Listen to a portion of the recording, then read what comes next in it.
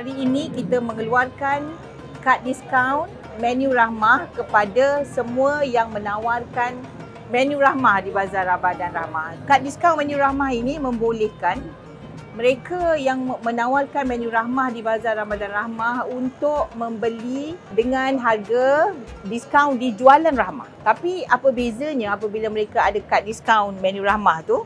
Kad diskaun menu Rahmah itu, dengan kad diskaun tersebut mereka boleh beli sebagai peniaga. Sebabnya kalau orang biasa ada had pembelian.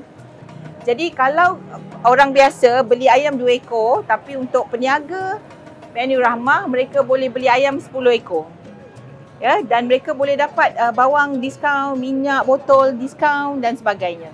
Sebab kalau di sini kalau minyak 5 kilo tu harga dia dah RM30.90, tapi di jualan Rahmah ditawarkan dengan RM22 di jualan Rahmah. Jadi peniaga-peniaga menu Rahmah boleh dapat dengan harga tersebut, tapi tidak ada had. Maksud bukan tak ada had. Maksudnya dia lebih daripada orang biasa, ya. Dia boleh beli banyak.